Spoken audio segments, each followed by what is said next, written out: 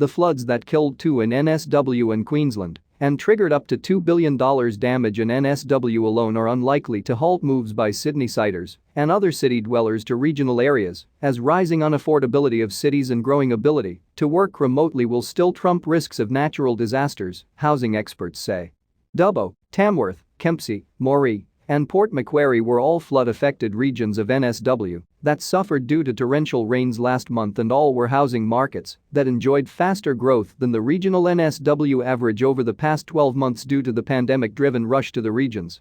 Swelling floodwaters along the Manning River in Taree, on NSW's mid-north coast, triggered military assistance for search and recovery operations.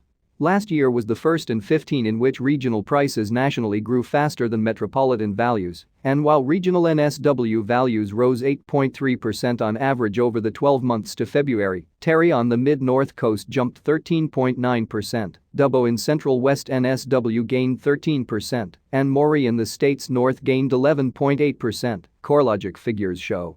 For many, the floods were a tragedy, with a loss of life, loss of possessions and substantial damage that will stay with them for years. But while the natural disaster would halt the rapid recent price gains that had pushed home values to record levels, they would not blunt the appetite to move to them.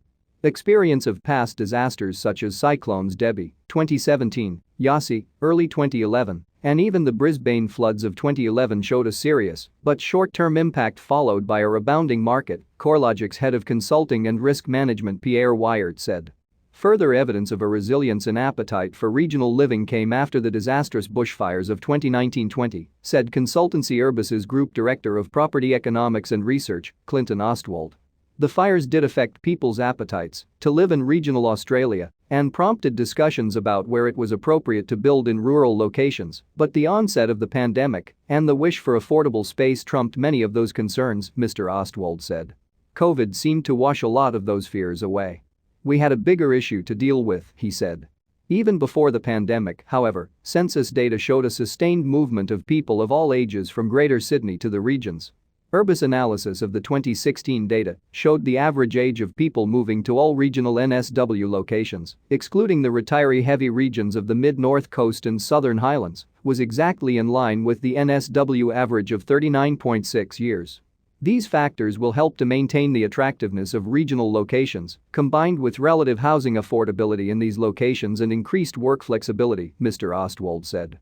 The perceived risks of natural disaster will trigger some changes in preference, however. The focus of interest will likely be on larger regional towns that are seen to be somewhat more protected from natural disasters, particularly bushfire, Mr. Ostwald said.